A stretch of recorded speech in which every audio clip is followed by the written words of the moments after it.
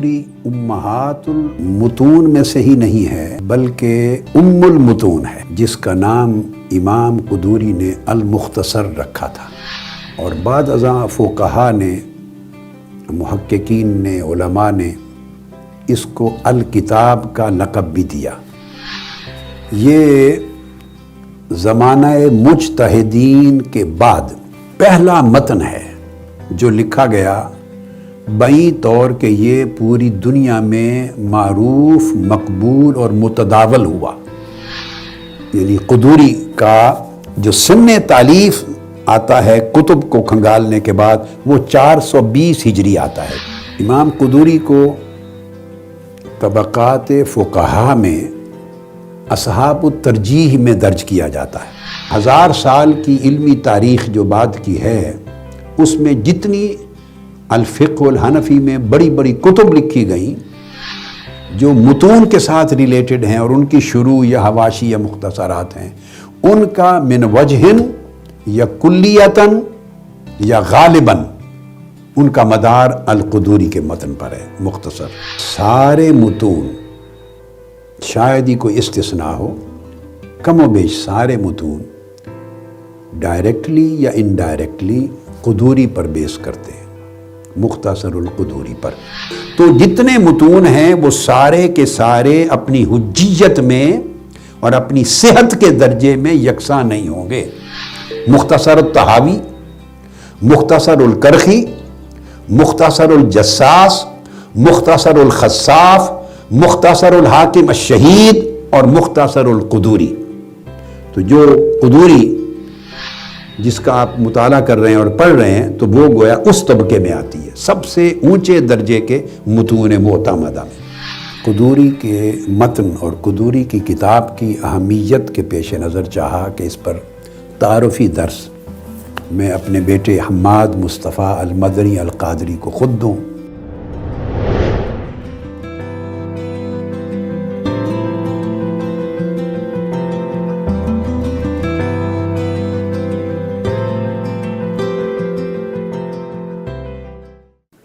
نحمدہ ونصلی ونسلم علی سیدنا و مولانا محمد رسول النبی الامین المکین الحنین الکریم الرؤوف الرحیم، اما بعد، بسم اللہ الرحمن الرحیم۔ ہم نے بیٹے حماد مصطفیٰ المدنی اور علامہ سہیل احمد صدیقی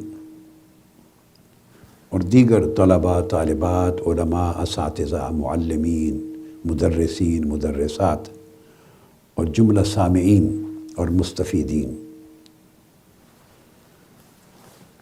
سب لوگ جو شریک درس ہیں بالواسطہ یا بلا واسطہ، ان کی یاد دہانی کے لیے کہہ رہا ہوں کہ ہم نے کل کا جو درس ہے وہ ختم کیا تھا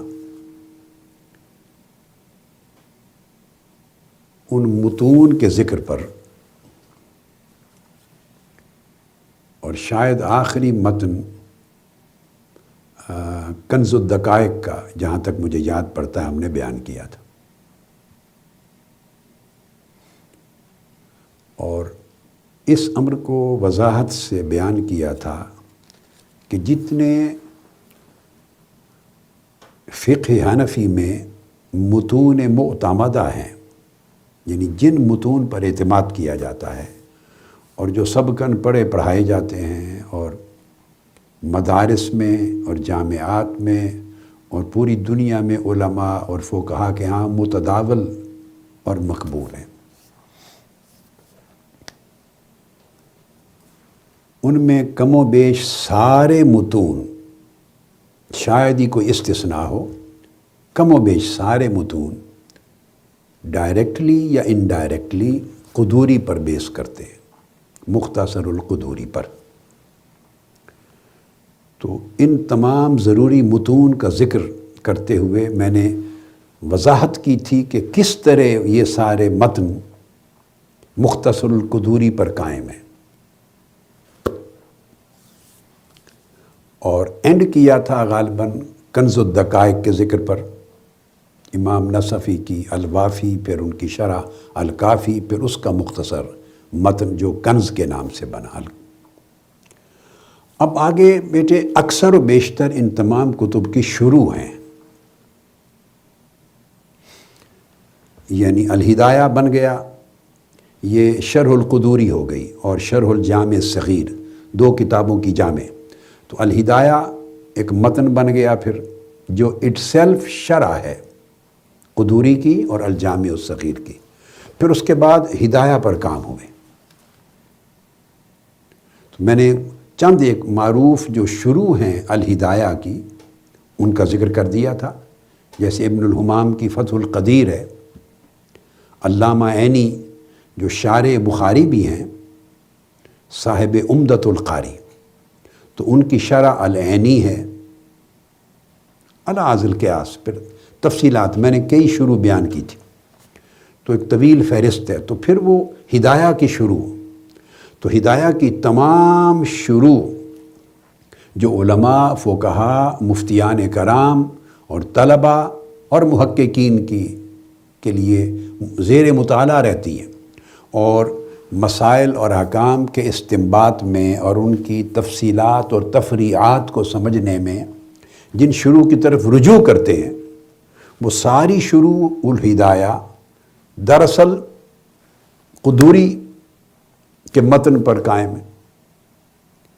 پھر میں نے جو بتایا تھا الوقایہ، جو صدر الشریعہ نے لکھا متن، تو ہدایہ کی تلخیص کی، اور کتب میں جیسے میں نے یہ بھی بیان کیا، بہت جگہوں پر آپ کو برہان الشریعہ کا لقب بھی ملے گا، میں منشن کر چکا ہوں۔ تو اب وقایہ کی شرح لکھی گئی، شرح الوقایہ، جس کا میں نے ذکر کیا پچھلے درس میں، ان کے پوتے صدر الشریعہ نے۔ تو پھر آگے شرح الوقایہ کی پھر شروع ہیں، یا حواشی ہیں یا ان کی مختصرات ہیں۔ اسی طرح جب کنز تیار ہو گئی، کنز الدقائق، تو پھر اس کی شروع ہیں اور حواشی ہیں۔ النہر الفائق بڑی مشہور شرح ہے کنز الدقائق کی۔ البحر الرائق بہت مشہور شرح ہے کنز الدقائق کی۔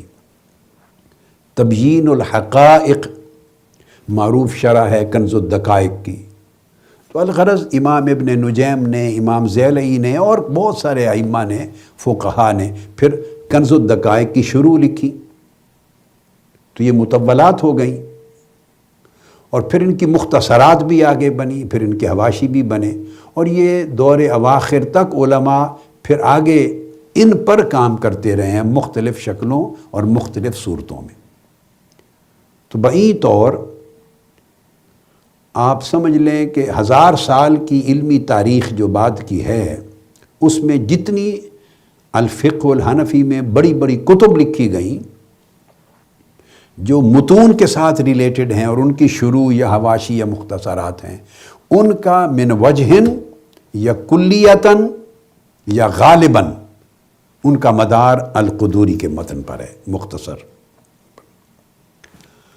اب یہ متون کا ذکر کر کے میں نے اینڈ پر یہ کہا تھا کہ ہم اگلے درس میں، اور وہ اگلا درس آج ہو رہا ہے انشاءاللہ، اس میں بیان کریں گے کہ ان متون کا ریلیونس کیا ہے، یعنی ان متون کا، یہ جو متن ہیں، ٹیکسٹ بکس ہیں، ان کا الفقہ الحنفی کی تاریخ میں اور کتب الفقہ الحنفی کے مدارج میں اس کا رتبہ متون کا کہاں آتا ہے، ان کی اہمیت، ان کی سگنیفیکنس کہاں ہے۔ تو یہاں ایک بات ذہن نشین کر لیں، یہ طلباء کے لیے تو فائدہ مند ہے ہی، مگر ان سے بھی بڑھ کر مدرسین کے لیے، پھر ان سے بڑھ کر وہ علماء فقہاء جو فتویٰ دیتے ہیں، صاحبان افتاء، ان کے لیے بہت عام ہے، مفتیان کرام کے لیے، کہ یہ جو ترتیب بیان کر رہا ہوں جس میں متون کا جو درجہ اور مقام ہے، اس کو سمجھنا فتویٰ دینے کے لیے، احکام اور مسائل کو اخذ کرنے کے لیے، اور اگر تعارض آ جائے اقوال میں، مختلف اقوال ہوں تو ان میں کسی کو ترجیح دی جائے، مفتی جو خود مجتہد نہیں ہے، یہ اصحاب التخریج میں سے نہیں ہے، اصحاب الترجیح میں سے نہیں ہے، اصحاب التمییز میں سے نہیں ہے، مقلد ہے، اور پھر وہ فتویٰ کا ہر زمانے میں کام انجام دیتا ہے، وہ عالم. تو اس مفتی کے لیے ضروری ہے کہ ان مراتب کو سمجھا جائے. تو سب سے پہلے ذہن میں رکھ لیں بیٹے کہ جب تعارض آ جائے گا یا کوئی مسئلہ اخذ کرنے لگیں گے تو ایک طرف متن ہے، ایک طرف شرع ہے. تو متن کی عبارت کو ہمیشہ مقدم رکھا جائے گا شرع سے. تو قاعدہ یہ ہے کہ جو کچھ متون میں ہے، فقہا لکھتے ہیں ان ما فی المتون مقدم علی ما فی الشروح، جو شروع میں لکھا ہوا ہے اس کی بجائے سب سے پہلے متون پر اعتماد کیا جائے گا. اس لیے کہ شرح کرتے ہوئے شارح کی اپنی تحقیق شامل ہو گئی ہے. اس نے اس عبارت کو جس طرح سمجھا ہے اور جو دلائل وضع کیے ہیں تو اس کی اپنی ترجیحات شامل ہو گئی ہیں. اور صاحب متن کا درجہ مقدم ہے، اونچا ہے، وہ ٹو دی پوائنٹ بات کرتا ہے. تو متون کی بات کو شروع پر مقدم سمجھا جائے گا. اور اسی طرح ایک تیسری قسم ہے کتابوں کی، وہ کتب الفتاوی ہے. یعنی کتب المتون ایک قسم، دوسری کتب الشروح جو ان متون کی یعنی متن کی شرح ہے، اور تیسری کتب الفتاوی جس میں فتاوی جمع ہے. ان کو کتب الواقعات بھی کہہ دیتے ہیں. تو فتاوی. تو اگر کسی شرح میں کوئی کتاب جیسے فتح القدیر ہے، مثال دے رہا ہوں، شرح وقایہ ہے، اور علی ذی القیاس، تبیین الحقائق ہے، یہ سب کتب ہیں شروع کی. یہ قدوری کی شروع ہیں. قدوری میں الجوہر النیرہ، الجوہرۃ النیرہ بڑی معروف شرح ہے، وہ طلباء، علماء، اساتذہ، مدرسین کے لیے. الجوہرۃ النیرہ. میں نے چونکہ باقی قدوری کی باقی شروع کے نام نہیں لیے، کوئی 10-15 کے قریب ذکر کر کے چھوڑ دیا، یہ بتا کر کہ 125 کے قریب شروع ہیں قدوری کی، چھوٹی بڑی. اور ایک میں نے اللباب کا ذکر کیا تھا جو امام یزدی کی ہے. ایک دور اواخر میں ابھی ایک اور اللباب لکھی گئی القدوری کی شرح، اللباب فی شرح الکتاب، وہ علامہ میدانی کی ہے. تو اصل جو علامہ میدانی نے الکتاب نام رکھا ہے، اللباب فی شرح الکتاب، یہ غالباً لیا ہے امام یزدی کے نام سے. انہوں نے اللباب فی شرح الکتاب پہلی کتاب لکھی تھی. تو یہ شروع ہیں.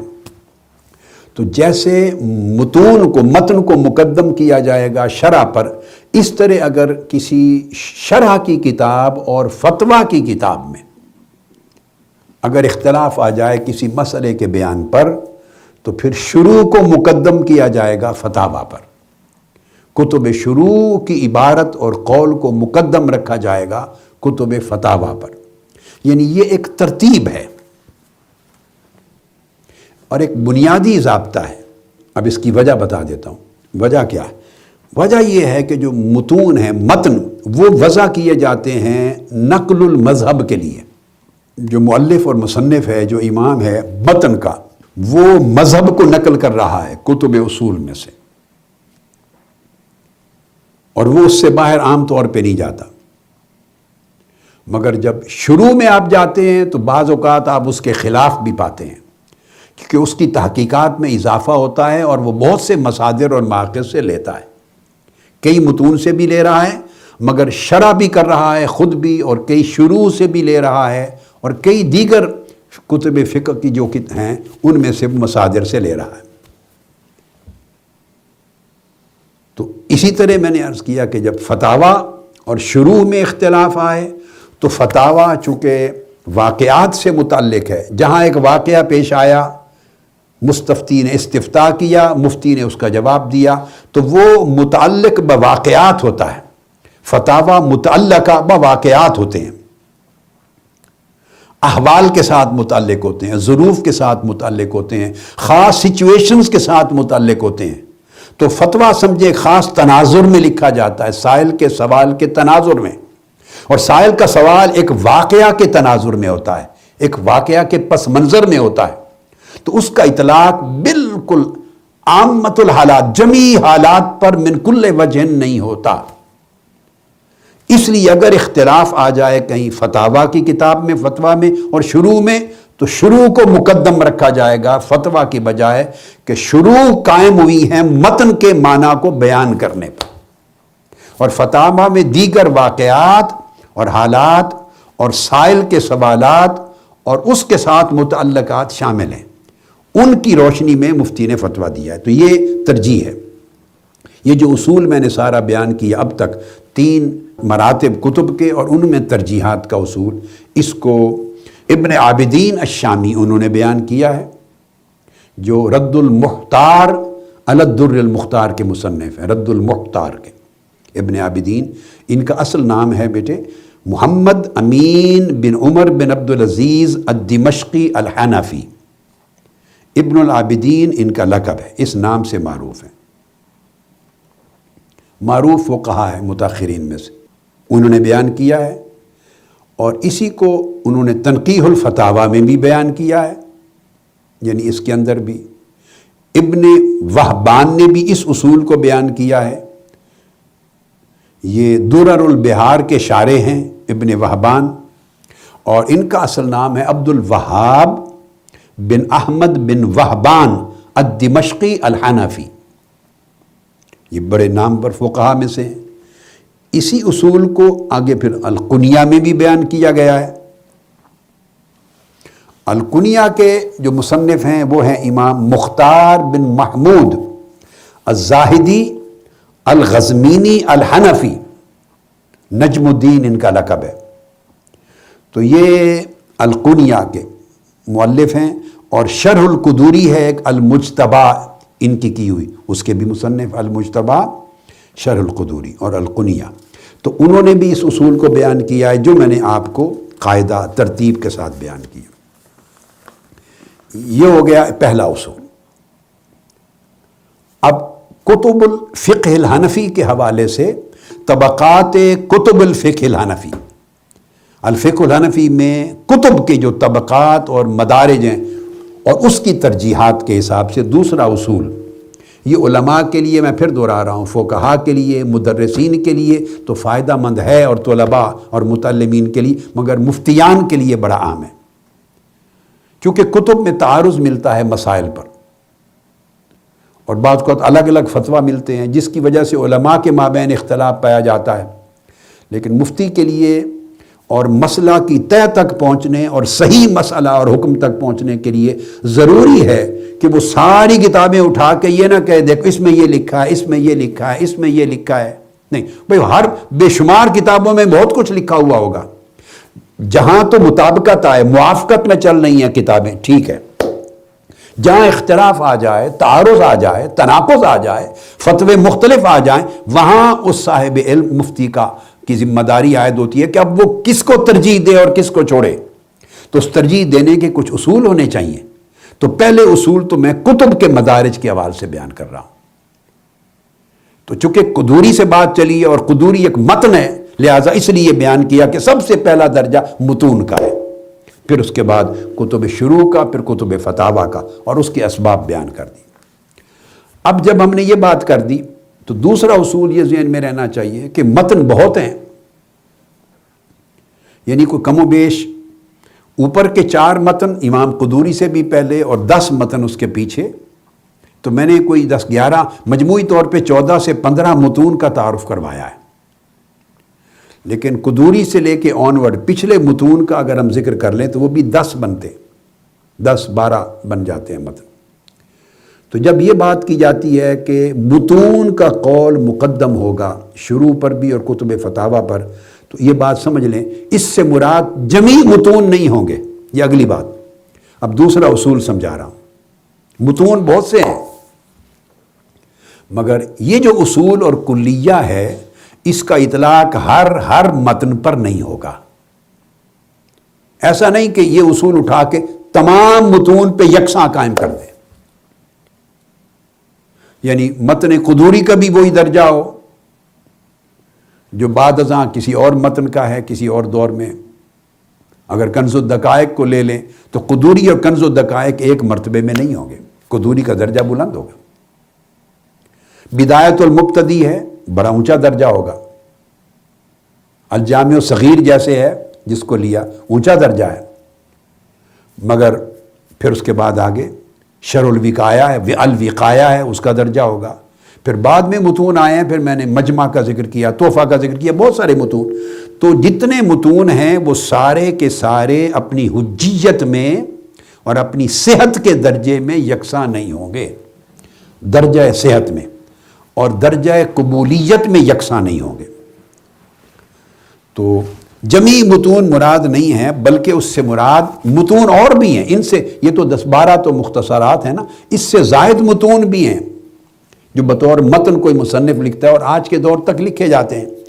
اس سے مراد وہ مختصرات ہیں.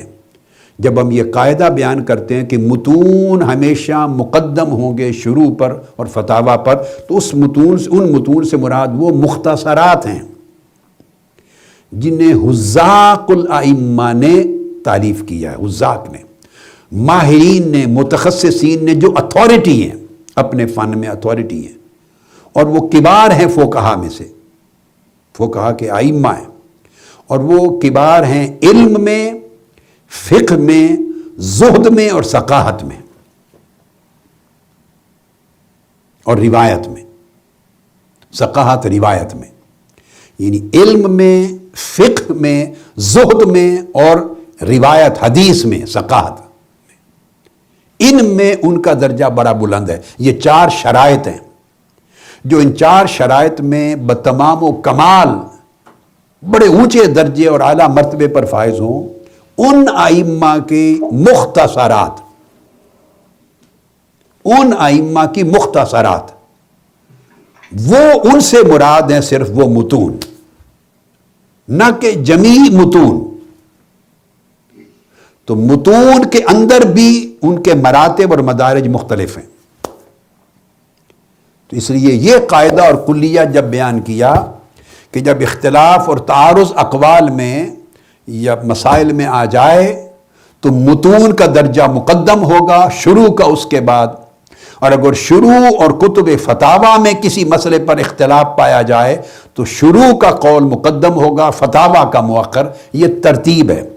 اس ترتیب میں جو میں نے اصول میں متون کو مقدم بیان کیا، اس کی اب توضیح کی، تشریح کی کہ متون سے مراد جمیع متون نہیں ہیں.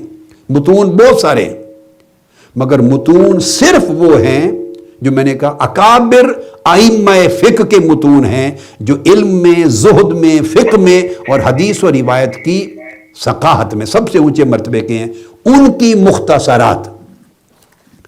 اور جب ہم نے یہ تعین کر دیا تو وہ مختصرات، مثلا امام طحاوی کی مختصر، یہ سب سے اوپر درجہ، مختصر الطحاوی. اس طرح مختصر الکرخی، یہ سب سے بلند اور اعلیٰ درجے کے متون ہیں جو جمیع شروع پر اور جمیع کتب فتاویٰ پر مقدم ہوں گے، اوپر ہوں گے. یعنی متون معتمدہ میں بھی ان کا درجہ سب سے عرفہ اور اعلیٰ ہوگا. تو مختصر امام ابو جعفر الطحاوی، مختصر امام کرخی، پھر مختصر امام الجساس، پھر مختصر امام الخصاف، پھر مختصر الامام الحاکم الشہید،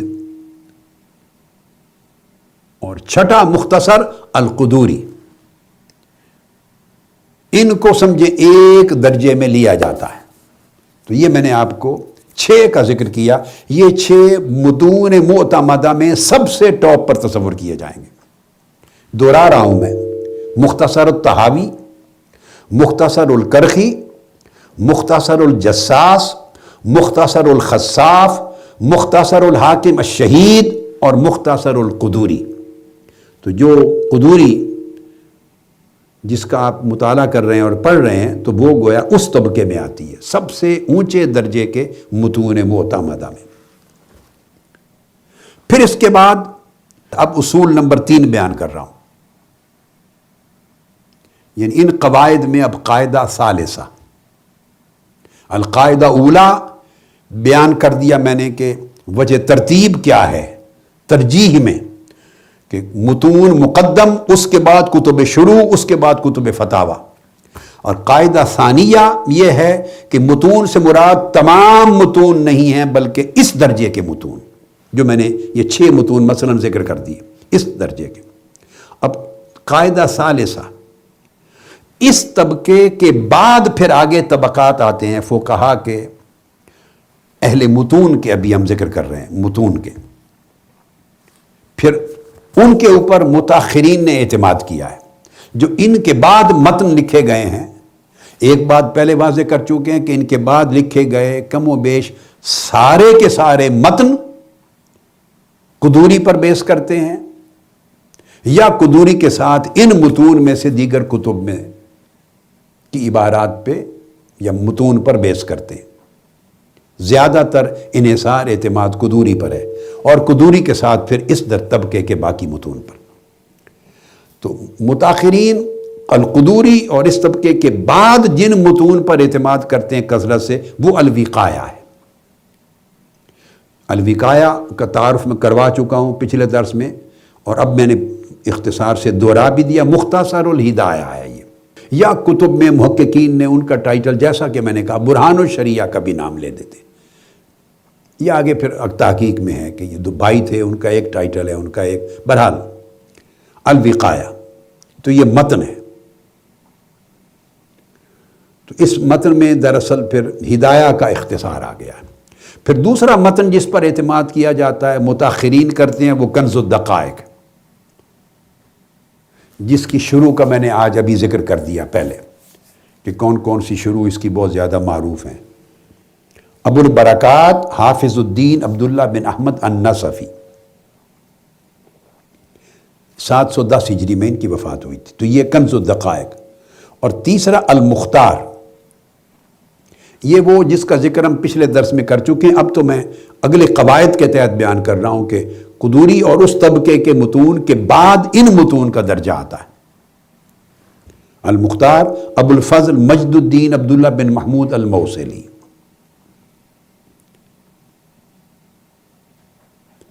تو یہ بھی 683 ہجری ان کا سن وفات ہے، 683 امام الموصلی.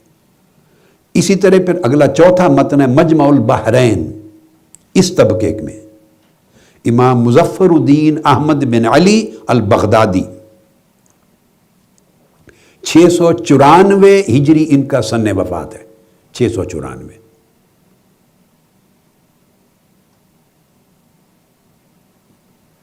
اور مختصر القدوری میں بیان کر چکا، وہ تو بصورت ان سب سے اوپر پہلے طبقے میں آ گئی.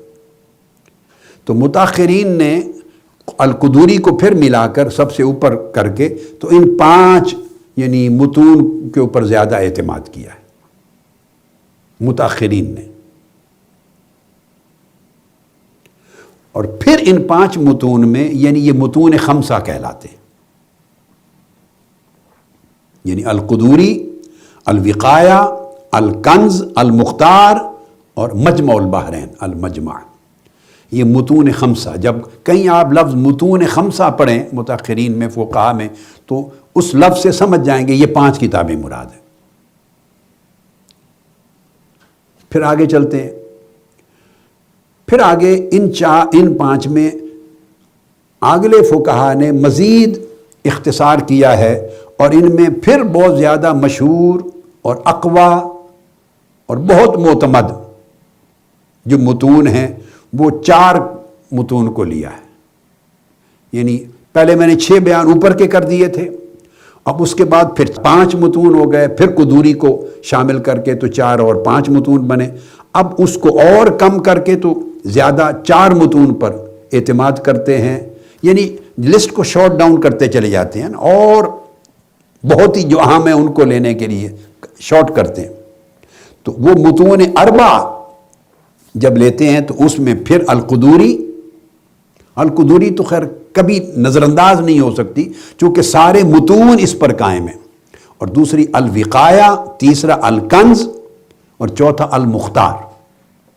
اچھا، اب جب المختار کو چوتھا لیتے ہیں، بعض فقہا المختار کی جگہ المجمع لے لیتے ہیں، مجمع البحرین، تو وہ ریپلیس کرتے ہیں، یا المختار کو لے لیتے ہیں امام موصلی کی، یا اس کی جگہ المجمع کو لے لیتے ہیں، مجمع البحرین مظفر الدین احمد بن علی البغدادی کے۔ تو اس طرح یہ متون اربع، اگر متون اربع کا لفظ آئے تو یہ 4 مراد ہوں گی، 3 متفقہ، چوتھی جو ہے وہ 2 میں سے کوئی ایک، ہر فقیہ اپنے ذوق کے مطابق لیتا ہے۔ پھر بعض اوقات اس سے بھی ایک چھوٹا عدد بیان کیا جاتا ہے اور اس کو المتون الثلاثہ کہہ دیتے ہیں، صرف 3 متن لیتے ہیں۔ یہ کل ٹرمز ہیں جو متون کے حوالے سے آپ کو کبھی کبھار اپنے اسباق میں، کتب میں، مطالعہ میں ملیں گی۔ المتون الثلاثہ، تو جب ثلاثہ لے لیں تو ان میں المختار یا المجمع کو نکال دیتے ہیں، اور اس سے مراد القدوری، مختصر القدوری، الوقایہ اور الکنز، یہ 3 ہیں، ان کو المتون الثلاثہ بول دیتے ہیں۔ یہ 4 قواعد یعنی میں نے سمجھا دیے اس کے۔ اور 5ویں چیز یہ ذہن نشین کریں، بڑی اہم ہے، وہ یہ میں پہلے بھی بیان کر چکا ہوں کہ متون کی اہمیت کیوں دی گئی ہے اس کو تمام چیز پر مقدم، چونکہ وہ اصل مذہب کو نقل کرنے کے لیے وضع کیے جاتے ہیں۔ یہ 5واں اصول دے رہا ہوں کہ متون سے آپ کو اصل المذہب ملتا ہے۔ جب شروع میں اور کتب فتاوی میں آگے بڑھتے چلے جاتے ہیں تو اس میں پھر توسیع ہو جاتی ہے، بڑی توسع ہے، اور توسع میں پھر مسائل اور احکام اور تحقیقات اور ترجیحات بہت ساری آتی چلی جاتی۔ اصل مذہب اور ظاہر الروایہ، اب اس کی طرف میں کہ وہ آپ پوچھیں گے وہ کیا ہے، میں اس طرف آتا ہوں۔ اصل مذہب کو نقل کرنے کے لیے متون کام آتی ہیں۔ تو اگر اصل مذہب کو اور ظاہر الروایہ کو معلوم کرنا ہو، اب ظاہر الروایہ 6 کتابیں، میں اس کی طرف آتا ہوں انشاءاللہ، مگر اگر جاننا چاہیں تو یہ متن سے معلوم ہوتا ہے، شرح سے نہیں۔ تو جب آپ متن سے مذہب لے لیں گے، فتویٰ کے لیے لے لیں گے، تمام متون کی بات کر دی، ایک متن سے نہیں دوسرے پر چلے جائیں، تیسرے پر چلے جائیں، چوتھے پہ چلے جائیں۔ اگر متون میں تعارض مل جائے تو میں نے یہ درجہ بندی بتا دی ہے آپ کو ساری، اس کو مقدم کیا جائے گا۔ اگر متون کی عبارت کا کہیں شروع کے ساتھ، شارح کے ساتھ تعارض مل جائے، متن کو مقدم سمجھیں، پھر مزید متون کی تائیدات کو دیکھیں۔ اور اگر شرح کی کتاب شروع میں اور فتاوی میں اختلاف مل جائے تو پھر شروع کو مقدم جانیں، کیونکہ فتاوی مخصوص حالات کے تناظر میں پوچھے جاتے ہیں اور بتائے جاتے ہیں، مخصوص پس منظر میں۔ شروع متن سے متعلق ہوتا ہے تو اس کے متعلقات واقعات ہوتے ہیں، فتاوی کے متعلقات، یہ ترتیب، اور اس سے اصل مذہب معلوم ہوتا ہے۔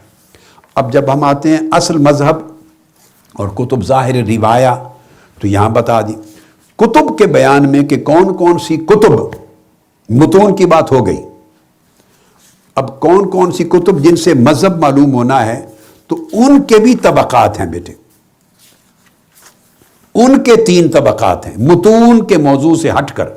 من جملہ جب کتب فقہ حنفی کی جب بات کرتے ہیں اور کتب مذہب کی بات کرتے ہیں مسائل مذہب کو جاننے کے لیے، تو مسائل کن کن کتب سے معلوم ہوتے ہیں، کن کن کتب سے، اس کی درجہ بندی ہے جمیع مسائل کی۔ پہلے میں نے گفتگو میں ختم کیا متون شروع اور فتاوی کے حوالے سے جو قواعد اور ضوابط اور اصول تھے۔ اب من جملہ جو جمیع کتب ہیں الفقہ الحنفی کی، اس کے پھر مسائل ہیں اور احکام، وہ جن کتب سے دریافت ہوتے ہیں ان کو مجموعی طور پہ ان کی پھر درجہ بندی کی گئی ہے، طبقات کہہ لیجئے، وہ طبقات ہیں۔ الطبقات الاولیٰ کہیں گے، سب سے پہلا طبقہ، اس کو مسائل الاصول کہتے ہیں۔ مسائل کا جو سب سے پہلا طبقہ، اس کو مسائل الاصول کہتے ہیں۔ اور یہ جو مسائل الاصول ہیں، اسی کو مسائل و ظاہر روایہ بھی کہتے ہیں۔ یہ 2 ٹرمز ہیں، مترادف ہیں۔ کما فی الظاہر روایہ آ جائے گا تو مراد وہ ظاہر روایہ کی کتب میں، یا جو مذہب مسئلہ ظاہر روایہ اس طرح ہے، یا کتب ظاہر روایہ میں، یا مسائل اصول میں، یہ الفاظ استعمال ہوں گے۔ یہ جو مسائل الاصول اور مسائل و ظاہر روایہ ہیں، یہ وہ مسائل ہیں جو امام اعظم سے مروی ہیں یا ان کے دو شاگرد امام ابو یوسف یا امام محمد ان سے مروی ہیں؟ اولاً جو ان تین ائمہ سے مروی ہیں، امام اعظم رضی اللہ تعالیٰ عنہ سے یا ان کے دو شاگرد امام ابو یوسف اور امام محمد، اور ان کے ساتھ الحاق کیا جاتا ہے وہ مسائل جو امام اعظم کے دو اور شاگرد ہیں یا چند اور شاگرد بھی ہیں، مگر دو خاص طور پہ امام ظفر اور امام حسن بن زیاد اللؤلؤی، امام ظفر ظفر اور امام حسن، اور ان کے علاوہ بھی بعض ہیں مگر مین معروف یہ پانچ ہو جاتے ہیں، اور جو مذہب منقول ہوتا ہے زیادہ وہ صاحبین ہیں ان سے۔ تو ان سے جو مسائل مروی ہیں وہ مسائل الاصول کہلاتے ہیں، اور ان کو مسائل ظاہر روایہ بھی کہتے ہیں۔ اب وہ کبھی امام اعظم کا قول لیا جاتا ہے، کبھی صاحبین کا امام ابو یوسف اور امام محمد کا اکٹھا قول لیا جاتا ہے، کبھی تینوں کا اتفاق ہوتا ہے، کبھی صاحبین کا قول لے لیتے ہیں، یہ سب مذہب حنفی ہوگا۔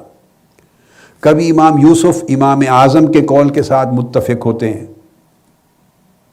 تو یہ شیخین ہو جاتے ہیں، پھر دونوں کو شاخین کہہ دیتے ہیں۔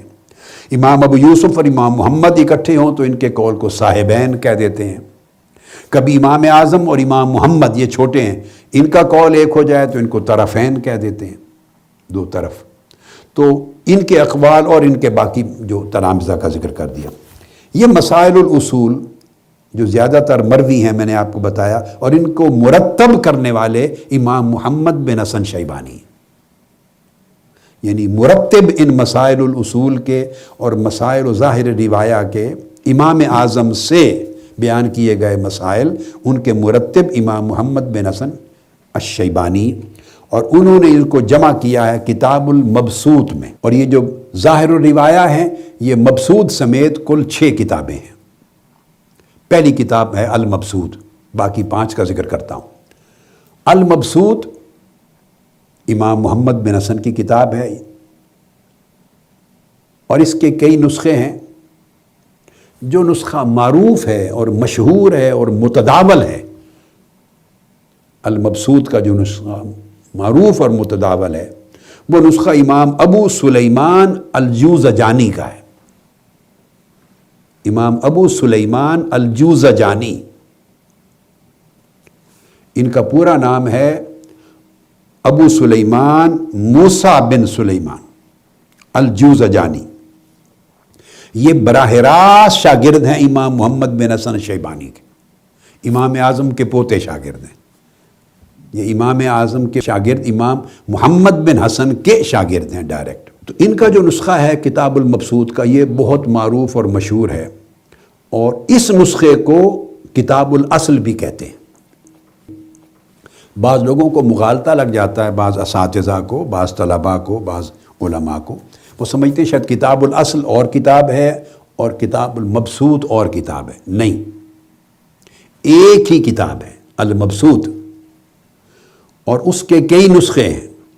جو سب سے زیادہ معروف اور مشہور اظہر نسخہ ہے امام ابو سلیمان الجوزجانی کا، اس نسخے کو الاصل کہہ دیتے ہیں، کتاب الاصل۔ آپ الہدایہ میں کئی کتابوں میں پڑھیں گے کما فی الاصل لکھ دیتے ہیں، تو جب لکھیں گے کما فی الاصل تو اس سے مراد یہ کتاب مبسوط ہوگی، المبسوط یا الاصل امام محمد بن حسن شیبانی کی، یہ نسخہ جو جوزجانی کا ہے۔ ایک دوسرے جو مسائل بیان کیے ہیں امام محمد بن حسن الشیبانی نے اپنی کتاب الجامع الصغیر میں، یہ دوسری کتاب ہے۔ اور الجامع الصغیر بیٹے یہ وہی کتاب ہے جس کا ذکر ہم القدوری کے متن کے حوالے سے کر چکے ہیں۔ امام مرغینانی کا جو بدایت المبتدی ہے، جو اصل ہے الہدایہ کی اصل، بدایت المبتدی، یہ کتاب مشتمل ہے 2 متنوں پر، ایک القدوری اور ایک الجامع الصغیر امام محمد کی۔ اس پر تفصیلی بات ہم نے کر لی تھی پہلے درس میں۔ پہلے امام مرغینانی صاحب الہدایہ پہلے ہر باب میں قدوری کو لیتے ہیں، جب وہ مسئلہ ختم ہو جائے اور چیزیں رہ جائیں تو الجامع الصغیر سے یا پھر تو یہ الجامع الصغیر امام محمد کی دوسری کتاب ہے. اس کے جو مسائل ہیں ان کو بھی مسائل الاصول یا مسائل و ظاہر روایہ کہتے ہیں. تیسری کتاب ہے الجامع الکبیر، اس کے مسائل. چوتھی کتاب ہے السیر. تو سیر میں بھی السیر الصغیر اور السیر الکبیر دو ہیں. اور چھٹی کتاب ہے الزیادات.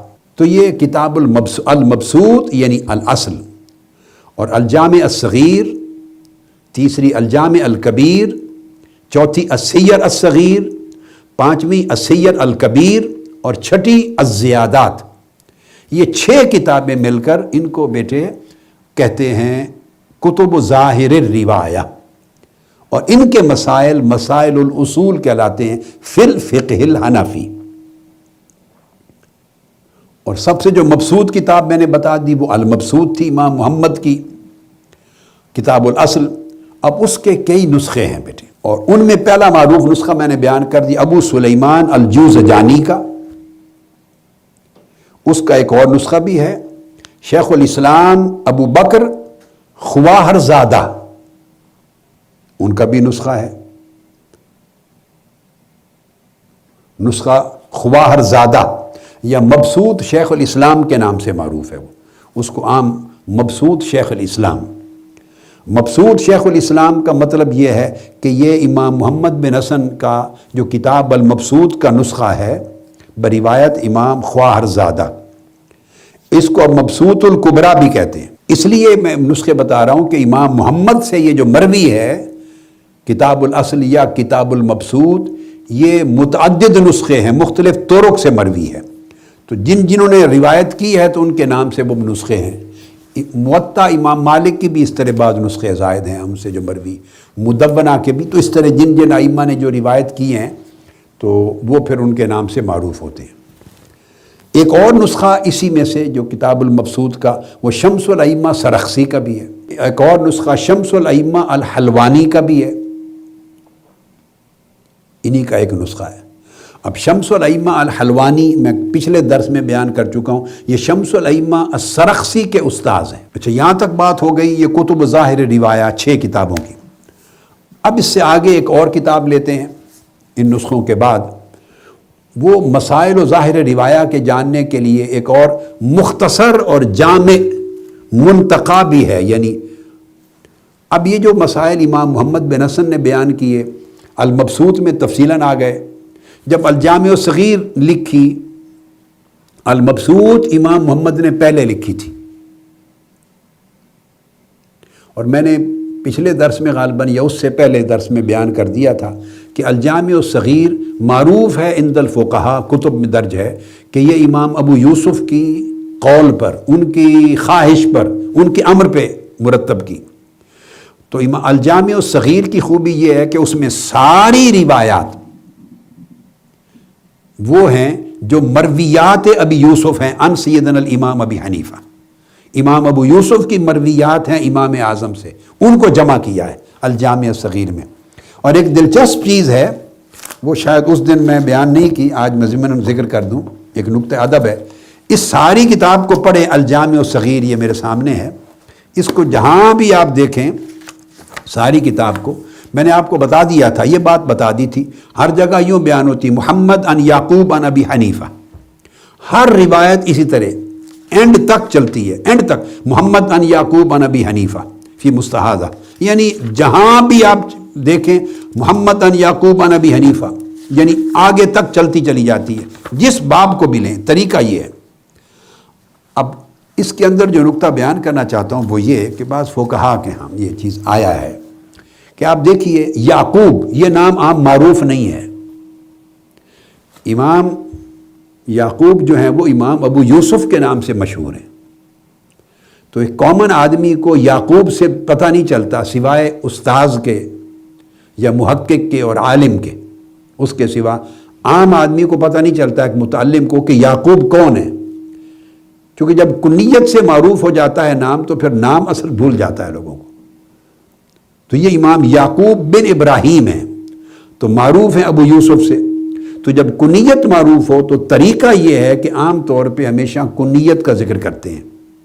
تو امام محمد نے یوں نہیں بیان کیا کہیں بھی محمد ان ابی یوسف ان ابی حنیفہ، چاہیے یہ تھا چونکہ معروف ابو یوسف کے نام سے ہے نا، تو لکھتے محمد ان ابی یوسف ان ابی حنیفہ، تاکہ تمام لوگوں کو جو سماع کرنے والے یا پڑھنے والے ان کو آسانی ہو سمجھنے میں.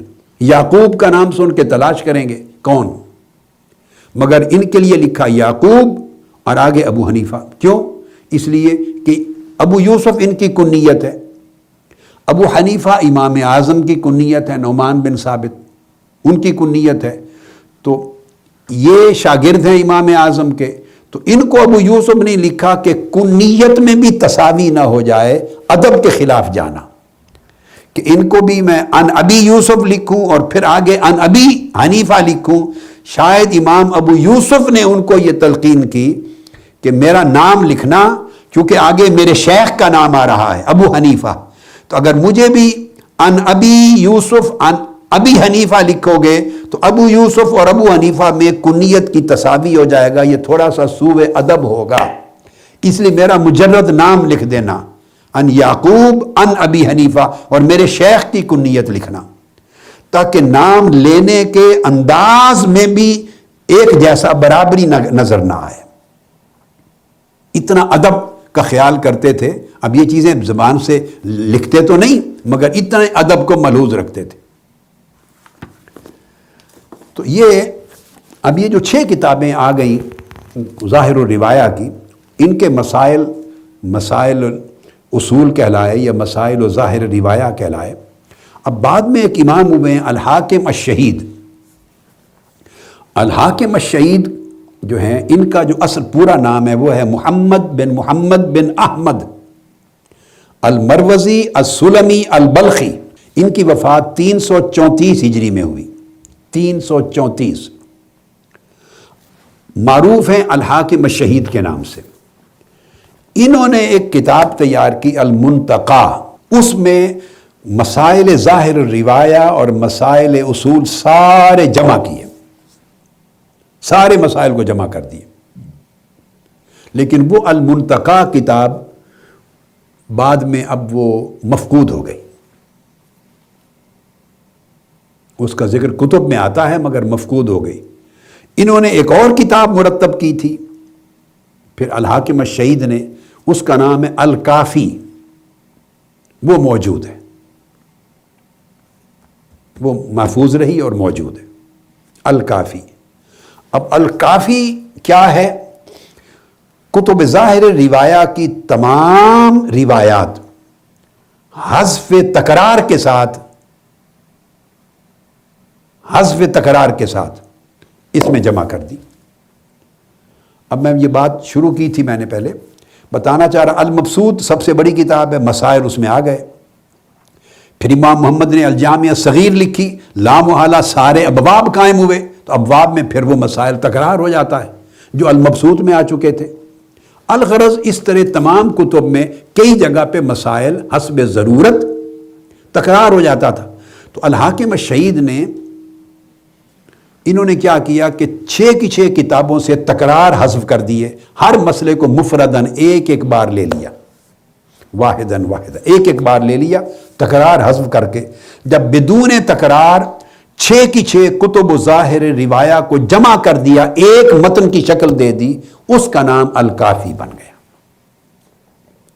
اب الکافی یاد رکھ لیں، الگ سے کوئی کتاب نہیں، یہ نسخہ ہے، مجرد نسخہ، تجرید کر کے تفرید کر کے کتب ظاہر روایہ 6 کی 6 ساری کتابیں تکرارات حذف کرنے کے بعد پورا متن بنا دیا ہے، اس کا نام الکافی رکھا ہے.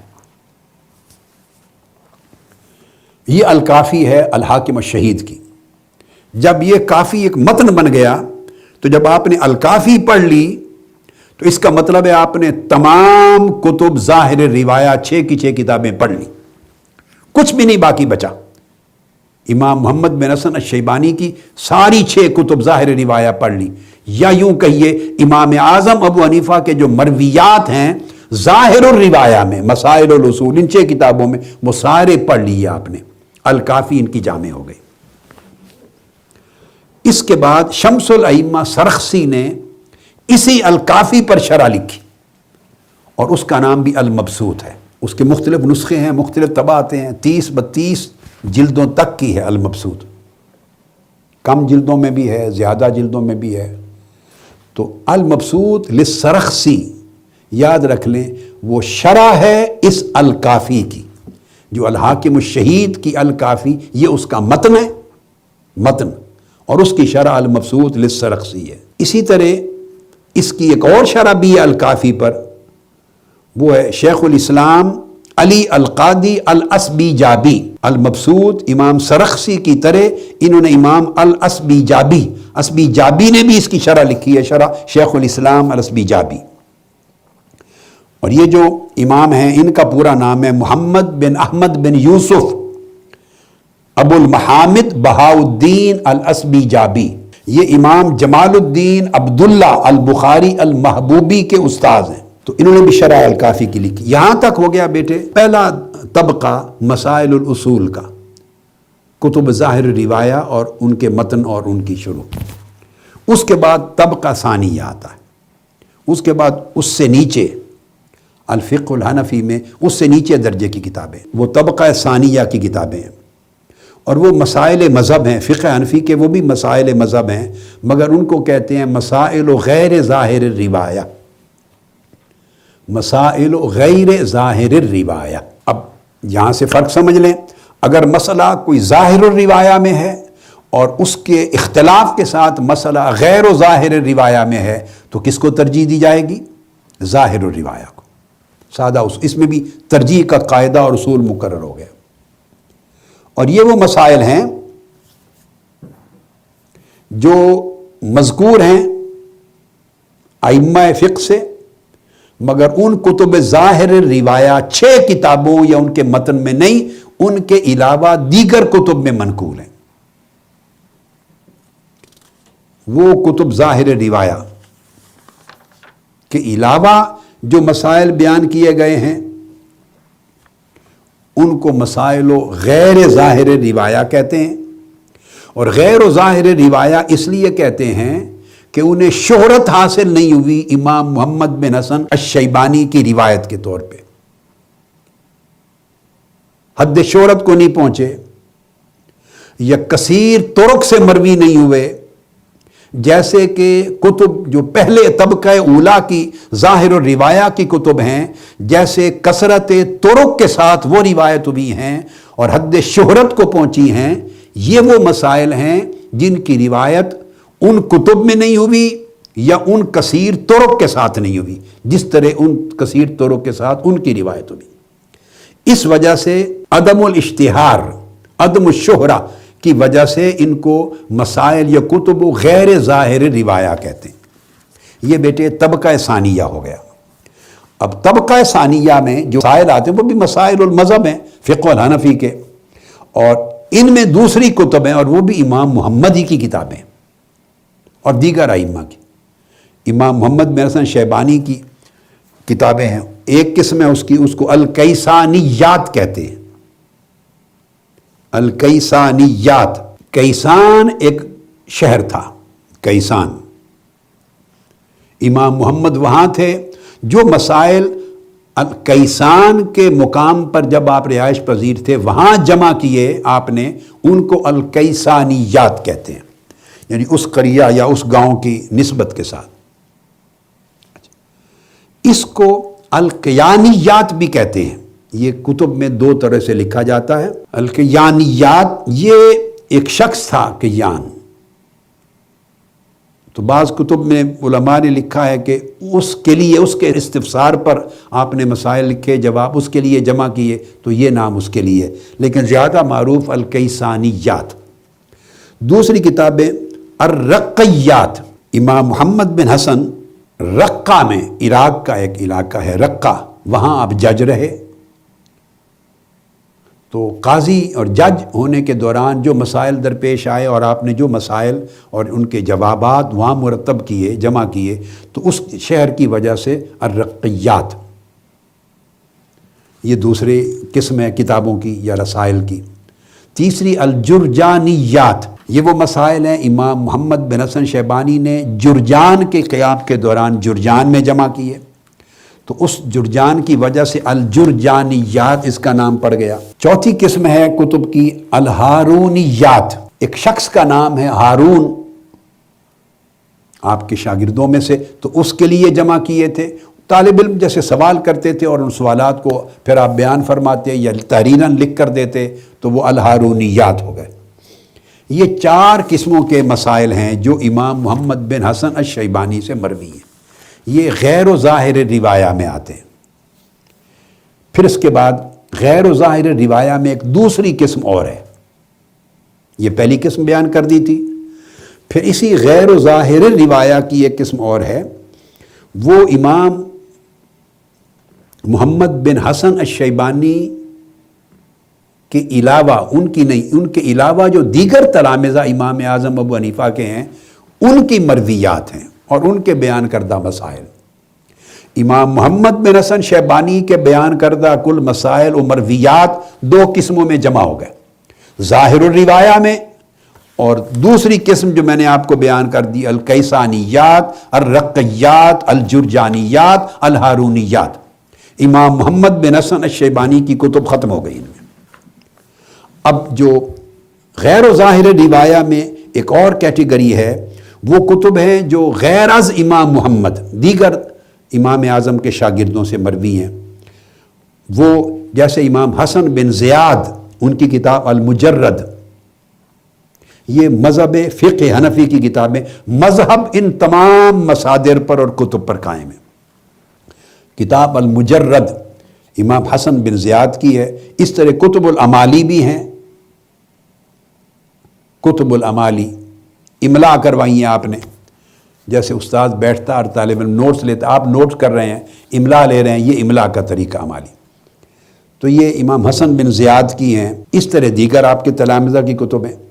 ایک تیسری قسم غیر و ظاہر روایہ کی اور بھی ہے، اور وہ سمجھیں الروایات المتفرقہ، روایات متفرقہ ہے، جیسے روایت ابن سماعہ یا ابن سماعہ کے علاوہ اور ائمہ کی روایات، اور یہ کون ہیں؟ جو امام محمد بن حسن کے تلامذہ ہیں، آگے ان کے شاگرد ہیں، گویا امام اعظم رضی اللہ تعالیٰ عنہ کے پوتے تلامذہ، پوتے شاگرد، یعنی اب تک اوپر جو بیان ہوئی تھی قسموں میں، وہ امام اعظم کے جو براہ راست تلامذہ ہیں ان کی مرویات اور ان کی تالیفات اور ان کے مجموعات۔ اب اگلی قسم جو ہے روایات متفرقہ میں، یہ محمد بن حسن کے علاوہ ان کی نہیں، ان کے تلامذہ کی، امام محمد بن حسن شیبانی کے تلامذہ آگے، ان کو کہتے ہیں اصحاب محمد، اصحاب الامام محمد بن الحسن، تو تلامذہ کے لیے الفاظ اصحاب بیان کیا جاتا تھا، تو وہ ان کے مسائل جو بیان کیے گئے ہیں، اور یہ مسائل اصول سے مخالفت میں بھی ہیں کثرت کے ساتھ، مسائل اصول سے مختلف بھی ہیں، بہر صورت غیر و ظاہر روایہ اسی وجہ سے ان کو کہا جاتا ہے، ان کو نوادر میں تصور کیا جاتا ہے، النوادر، یہ اس قسم کو، یہ النوادر ہے، روایات متفرقہ، اور ان کی اقسام ہیں، مثلا امام ابن سماعہ کی ہے النوادر کتاب، ابن سماعہ کا جو پورا نام ہے وہ ہے محمد بن سماعہ بن عبداللہ التمیمی، انہوں نے کتاب مرتب کی النوادر، یہ اس قسم میں آتی ہے۔ اس طرح نوادر ہشام، امام ہشام بن عبداللہ الرازی، یہ بھی امام محمد کے پھر شاگرد ہیں، تو انہوں نے مرتب کی کتاب النوادر، تو اس کے نام سے مشہور ہے نوادر ہشام۔ تیسری ایک اور ہے نوادر ابن رستم، نوادر ابن رستم، یہ ہیں امام ابراہیم بن رستم المروزی،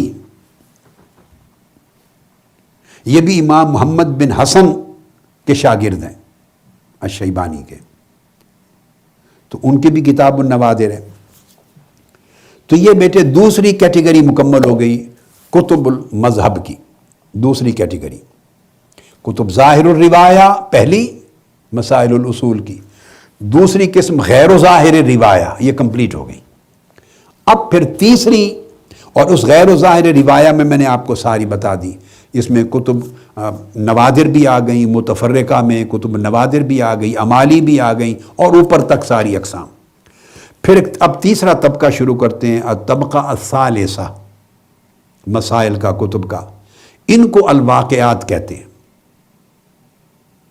اور الفتاوی، یہ تیسری قسم ہے الفتاوی، معروف نام ہے الفتاوی، یہ کتب الفتاوی ہیں۔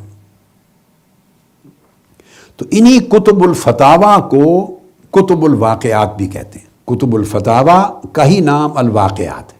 وہ میں نے آپ کو پہلے بتا دیا واقعات کیوں کہتے ہیں، کہ کوئی واقعہ ہوتا ہے کسی بندے کے ساتھ جس پر وہ فتویٰ پوچھتا ہے، تو مفتی سہیل احمد صدیقی کے پاس کون آئے گا اگر کسی کا واقعہ نہیں ہوا؟ میاں بیوی میں جھگڑا اگر نہ ہو تو کون آئے گا مفتی سہیل احمد صدیقی کے پاس؟ اگر کوئی اور مسئلہ روزے کا نہ پیدا ہو جائے، واقعہ نہ ہو جائے، واقعہ کے بغیر کوئی فتویٰ نہیں پوچھتا، اس وجہ سے ان کو واقعات کہتے ہیں، فتاوی کی کتب کو۔ تو یہ جو امام اعظم کے دونوں تلامذہ سے بھی، ان کے تلامذہ کے اصحاب سے یہ فتاوی درج ہوتے ہیں، اور پھر ان کے تلامذہ آگے جمع کرتے ہیں، ان فتاوی کو جمع کرتے ہیں اپنے دور تک۔ سب سے پہلی کتاب جو الفتاوی میں جمع کی گئی، سب سے پہلی الفقہ الحنفی میں، فتاوی میں، اور اس کو النوازل بھی کہتے ہیں، کیونکہ وہ نزول ہو گیا نا، نیچے نیچے نیچے آتے گئے، الواقعات بھی، اور یہ کتب النوازل بھی کہتے ہیں ان کو، کتب النوازل۔ تو سب سے پہلی کتاب جو فتاوی میں جمع کی گئی وہ الفقیہ الامام ابو اللیث نصر بن محمد بن ابراہیم السمرقندی، انہوں نے مرتب کی پہلی کتاب۔ ان کو الفقیہ ابو اللیث السمرقندی کے نام سے معروف ہیں۔ میں نے ان کے مزار پہ حاضری دی ہوئی ہے سمرقند میں، ان کی قبر مبارک۔ تو یہ سب سے پہلی کتاب ہے جو فتاوی میں لکھی گئی اور نوازل کے نام سے مرتب کی گئی، کتاب النوازل۔ اس کے اندر آپ نے متاخرین مجتہدین جو آپ کے مشائخ تھے ان کے فتاوی جمع کیے، چونکہ اب فاصلہ آ گیا تھا نا، یہ امام محمد بن حسن شیبانی کے براہ راست شاگرد نہیں ہے، پھر آگے ان کے شاگردوں کے شاگرد پھر آگے آ گئی نا تاریخ، لہٰذا جو آپ کے مشائخ تھے ان کو پھر متاخرین کہنا شروع کر دیتے، تو ان کے فتاوی کو بھی جمع کیا، اور جو آپ کے شیوخ تھے جن کے فتاوی جمع کیے، مثلاً ان میں سے محمد بن مقاتل الرازی ہیں، جن کے فتاوی جمع کیے امام الفقیہ ابو اللیث السمرقندی نے، اپنے جن شیوخ کے اور ان کے شیوخ کے جمع کیے، مثلا امام محمد بن مقاتل الرازی۔ یہ امام محمد بن مقاتل الرازی یہ امام محمد بن حسن کے شاگردوں میں سے ہیں، یہ امام محمد بن حسن کے شاگردوں میں سے ہیں، اور ان کی وفات 248 ہجری میں ہوئی۔ تو وہ ابو اللیث سمرقندی کے شیوخ کے مشائخ میں سے ہیں، شیوخ کے شیوخ میں سے ہیں۔ اسی طرح جن کے فتاوی جمع کیے ان میں محمد بن سلمہ البلخی، امام محمد بن سلمہ البلخی، یہ خود محمد بن سلمہ البلخی شاگرد ہیں امام ابو سلیمان الجوزجانی کے، جن کا ذکر پہلے ہم کر چکے ہیں، یہ ان کے شاگردوں میں۔ تو ان کے فتاوی کتاب النوازل سمرقندی میں ہیں۔ اسی طرح تیسرے ان کے مشائخ جن کے فتاوی جمع کیے امام نصیر بن یحییٰ البلخی، امام نصیر بن یحییٰ البلخی، یہ بھی امام ابو سلیمان الجوزجانی کے شاگرد ہیں۔ ان کی وفات، امام نصیر بن یحییٰ البلخی کی وفات 268 میں ہے، اور امام جوزجانی کا میں ذکر پہلے کر چکا ہوں، وہ تو متقدمین میں سے ہیں چونکہ وہ خود امام محمد بن حسن کے شاگرد ہیں۔ تو اس کے بعد پھر اور مشائخ نے جمع کیے مجموع النوازل، یعنی فتاوی اور نوازل کو اور جمع کیا، اور کتاب لکھی مجموع النوازل والواقعات۔ یہ پہلے نام تھے یعنی کتاب الفتاوی کے، فتاوی جب مرتب کرتے تھے تو ابتدائی نام یہ تھے، ایک اور کتاب لکھی گئی مجموع النوازل والواقعات، وہ امام الناطفی نے، الناطفی طافہ، ان کا نام ہے پورا احمد بن محمد بن عمر الناطفی، ابو العباس ان کی کنیت ہے۔ ان کی وفات ہوئی ہے 446 میں۔ ان کو احد اصحاب النوازل میں سے کہا جاتا ہے، یعنی وہ مفتیان جنہوں نے ابتدائی طور پہ فتاوی، نوازل اور واقعات کو جمع کیا، یہ وہ ذخائر ہیں، ابتدائی کتب فتاوی کے ذخائر ہیں۔ اسی طرح الصدر الشہید ابو محمد برہان الائمہ حسام الدین الصدر الشہید، پہلے تھے الحاکم الشہید، الکافی کے مصنف مرتب، یہ الصدر الشہید ہیں۔ برہان الائمہ ان کا ٹائٹل ہے، ابو محمد حسام الدین الصدر الشہید، اصل نام ہے عمر بن عبد العزیز، ان کی وفات 536 میں ہوئی ہے۔ تو یہ وہ شخصیات ہیں جنہوں نے ابتدائی کتب فتاوی مرتب کی ہیں النوازل اور الواقعات کے نام سے۔ اس کے بعد پھر انہوں نے جو جمع کیے ہیں یہ ان مشائخ سے جمع کیے ہیں جن کا میں ترتیب کے ساتھ ذکر کرتا آ رہا ہوں، اپنے مشائخ سے۔ یہ عام ادھر نہیں گئے، یعنی فلاں نے پوچھا مسئلہ، فلاں نے پوچھا، اگر اس تفصیل میں نہیں گئے، ان مشائخ کو فتاوی کو، نوازل اور واقعات کو مرتب کیا ہے، جمع، یہ سورس بنا۔ اس کے بعد پھر ایسے مشائخ آتے ہیں، اگلا طبقہ، جن کے فتاوی کو الفتاوی المختلطہ کہتے ہیں، المختلطہ، اختلاط، انہوں نے تمام کے فتاوی، مسائل جو کو پوچھے گئے ان کو جمع کر دیا، یعنی انہوں نے ممتاز نہیں کیا اپنے نوازل اور واقعات اور فتاوی کو صرف اپنے شیوخ کے ساتھ ممیز یا ممتاز نہیں کیا، ان کو اختلاط کر دیا، جمع کر دیا، ساری چیزوں کو مجتمع کر دیا، وسعت دے دی۔ اس سلسلے میں جیسے فتاوی قاضی خان ہے، فتاوی قاضی خان، یہ اس سلسلے میں کی کڑی، اور الخلاصہ یہ کتب فتاوی میں سے ہیں۔ بعضوں نے پھر ان میں تمییز بھی کی، تھوڑی اور تقسیمات کی، مشائخ کے فتاوی الگ اور دیگر کے الگ، تو جنہوں نے امتیاز پیدا کیا وہ کتب الفتاوی میں، ان میں ردی الدین السرخسی ہیں، امام ردی الدین السرخسی، محمد بن محمد ردی الدین السرخسی، برہان الاسلام ان کا ٹائٹل ہے، ان کا وہ کتاب الفتاوی ہے ان کی، المحیط اس کا نام ہے، المحیط۔ وہ فتاوی میں بھی جب لیتے ہیں تو تمییز کرتے ہیں، سب سے پہلے مسائل اصول کو لیتے ہیں، یہ تمییز کا مطلب یہ ہے۔ پہلے جیسے فتاوی مختلطہ ہیں وہ بلا تمیز بیان کر دیے، اب المحیط جیسی کتاب یہ وہ قسم ہے فتاوی کی جس میں تمییز کی گئی ہے، اور تمییز کیسے کہ وہ بگننگ کرتے ہیں مسائل الاصول سے، کتب ظاہر روایہ سے آغاز کرتے ہیں، اس کے بعد النوادر کو لیتے ہیں، اب میں ان کی تفصیلات پڑھا چکا ہوں اوپر پہلے، پھر اس کے بعد نوادر کو لیتے ہیں، پھر فتاوی کو لیتے ہیں، یعنی جب وہ اپنے فتاوی کو مرتب کرتے ہیں فتاوی کو، تو اپنے فتویٰ میں سب سے پہلے استدلال میں بطور مصدر کتب اصول کو لیتے ہیں، ظاہر الروایہ کو، پھر نوادر کو لیتے ہیں، غیر ظاہر روایہ، پھر فتاوی کی طرف آتے ہیں۔ اس وجہ سے یہ کہتے ہیں کہ انہوں نے فتاوی میں یہ اہل التمییز ہیں، فتاوی ممیزہ ہے ان کا، وہ فتاوی مختلطہ، یہ فتاوی ممیزہ۔ تو یہ طبقات آئے ہیں پھر کتب کے مراتب۔ اب یہاں بات کو آج ختم کرنے کے لیے اہم ترین حصہ پھر وہ بتا دوں، جب یہ طبقات آپ نے پڑھ لیے کتب کے، مسائل اصول کے، ظاہر الروایہ کے، غیر ظاہر الروایہ کے، نوادر کے، نوازل کے، فتاوی اور واقعات کے، پھر واقعات اور فتاوی میں مختلطہ بھی اور ممیزہ، ساری تمیز پڑھ لی، اسی طریقے سے یہ ترتیب ہوگی، فرام ٹاپ ٹو باٹم، ترجیح بھی اسی طریقے سے ہوگی، کون سا کس کتاب میں ہے۔ وہ مفتی یا کئی علماء جو ایسے کتابوں کو ایک کھنگالتے ہیں، اٹھاتے ہیں کتابیں اور پڑھ کے اس میں یہ لکھا ہے، یہ لکھا ہے، اور جمع کرتے ساری معلومات اور ایک اپنی رائے قائم کر کے پھر زور دیتے ہیں، پھر اس پر فتویٰ لگاتے ہیں، پھر اس کے اوپر مخالفت دوسرے کی کرتے ہیں، یعنی ایک ماحول کریٹ کر دیتے ہیں بڑے جوش و خروش کا، یہ درست نہیں ہے۔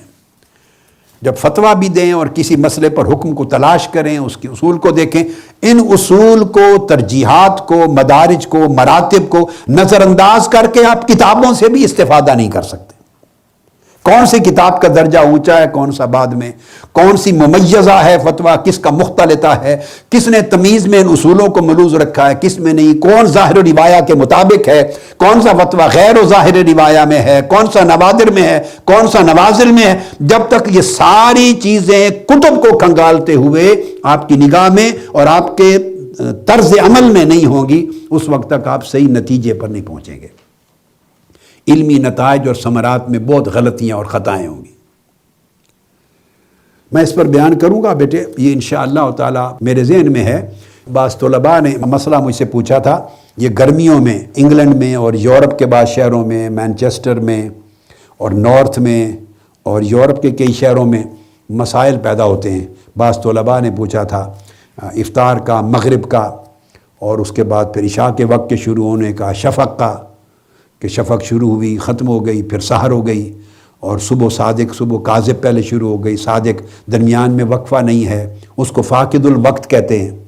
وہ نماز مغرب کی شروع ہوئی تو عشاء کا وقت ہی نہیں ملا، فرج شروع ہو گئی تو فاقد الوقت ہے، نماز پڑھے نہ پڑھے، قضا ہو گئی، چھوڑ دے، کیا کرے؟ یہ مسئلہ مجھ سے پوچھا تھا، تو یہ میرے ذمے ہے، میرے ذہن میں اس کا پورا نظم ہے، مگر فرصت نہیں مل سکی، تو میں اس میں پھر یہ جو چیزیں اصول بیان کر رہا ہوں، یہ ان اصولوں کی روشنی میں اس کو میں تفصیل سے چند قسطوں میں اس مسئلہ کو بیان کروں گا۔ وہ اصول فقہ کی ضمن میں آ جاتا ہے، وہ اصول الفقہ کے باب میں آ جائے گا۔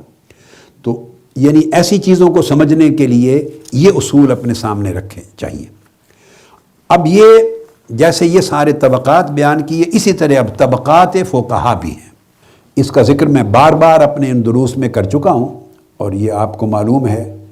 تو اس کو متاخرین فقہاء احناف نے یہ تقسیم کی ہے، ترتیب بنائی ہے، جس میں امام کفوی بھی ہیں، ابن کمال پاشا ہیں، پھر اس کے بعد پھر ابن عابدین ہیں، اور علی ذی القیاس آگے پھر فقہاء نے لیا ہے، متاخرین نے طبقات الحنفیہ میں، اور دیگر کتب میں انہوں نے بنائے ہیں طبقات فقہاء کے۔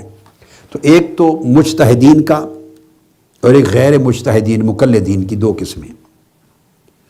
مجتہدین میں تین قسمیں لاتے ہیں۔ ایک المجتہد فی الشرع، بس آگے آسان ہے، آپ کو معلوم ہے، بس میں صرف اختصار سے اس کو کنکلوڈ کرتا ہوں۔ المجتہد فی الشرع، یہ جیسے ائمہ اربعہ، امام اعظم، امام مالک، امام شافعی، امام احمد بن حنبل، یہ مجتہدین فی الشرع ہے، اور ان کو دوسری اصطلاح میں المجتہد المطلق بھی کہتے ہیں۔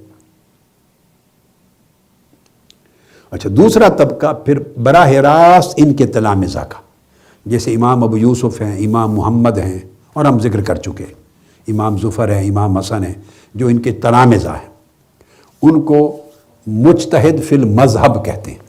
المجتہد فی المذہب، یا امام مالک کے تلامذہ، امام شافعی کے تلامذہ، امام احمد بن حنبل کے، خاص طور پہ امام مالک اور امام شافعی کے، تو یہ مجتہدین فی المذہب ہیں۔ ائمہ اربعہ کے بعد، وہ تو بانیان مذاہب ہو گئے نا، تو ائمہ اربعہ کے بعد یہ مجتہد فی المذہب کا جو دوسرا طبقہ ہے، یہ طبقہ متقدمین کا کہلاتا ہے۔ وہ تو ائمہ ہو گئے نا، بانیان مذہب ہو گئے۔ یہ تمام جو تلامیذ ہیں ائمہ اربعہ کے، یہ مجتہدین فی المذہب، یہ متقدمین میں آتے ہیں۔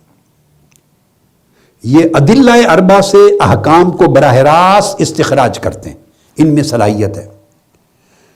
یہ اصول میں بھی اختلاف کرتے ہیں اپنے ائمہ سے، اپنے امام سے، شیخ سے، اور فروع میں بھی فروع میں تو کرتے ہیں مگر اصول میں بھی کرتے ہیں۔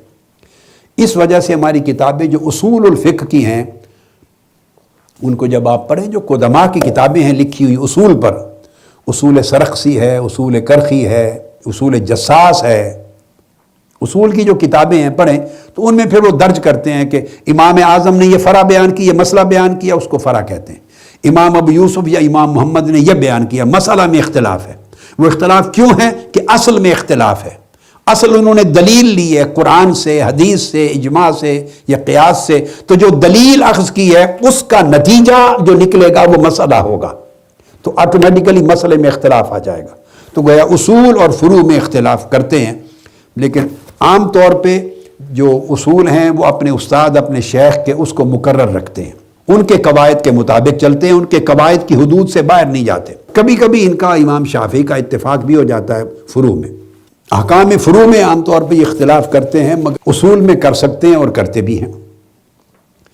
تیسرا جو طبقہ اس میں آ جاتا ہے ان کو متاخرین کے اکابر کہا جاتا ہے، اکابر متاخرین ہیں وہ، اور وہ طبقہ ہے مجتہدین فی المسائل، اور ان کا اجتہاد الاجتہاد فی المسائل ہے۔ دوسرے درجے کا اجتہاد الاجتہاد فی المذہب تھا، اور پہلا الاجتہاد المطلق تھا۔ یہ امام ابو بکر احمد الخصاف، یہ طبقہ مجتہدین فی المسائل میں آتے ہیں۔ اس طرح امام ابو جعفر احمد الطحاوی، یہ مجتہدین فی المسائل میں۔ اس طرح امام ابو الحسن الکرخی اسی میں۔ شمس الائمہ عبد العزیز الحلوانی، یہ بھی مجتہدین فی المسائل میں۔ شمس الائمہ محمد السرخسی، فخر الاسلام علی بن محمد البزدوی، ان کا اصول کی کتاب بھی اصول البزدوی، اس کے آگے پھر شروع اور حواشی ہیں، یہ بھی مجتہدین فی المسائل میں۔ اور امام فخر الدین حسن قاضی خان جن کو کہتے ہیں، المعروف بقاضی خان، امام فخر الدین حسن، یہ بھی مجتہدین فی المسائل میں آتے ہیں، ان کا درجہ بہت اونچا ہے۔